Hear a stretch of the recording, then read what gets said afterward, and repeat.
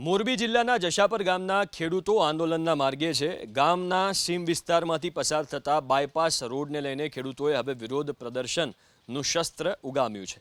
નવા બાયપાસ રોડના વિરોધમાં ખેડૂતોએ આજે આક્રોશ રેલી યોજી। ખેડૂતોનો આરોપ છે કે NHAIના આ જ બાયપાસ રોડ માટે કિંમતી ખેતીની જમીન સંપાદિત કરવામાં આવશે, જેને લીધે અનેક પરિવારોની રોજીરોટી પર સીધી અસર પડશે। પીપળિયા 4 રસ્તાથી માળિયા સુધીનો જૂનો હાઈવે પહેલેથી જ અસ્તિત્વમાં હોવાથી તેના નવીનીકરણ માટે જમીન સંપાદનની પ્રક્રિયા પણ પૂર્ણ થઈ ચૂકી છે।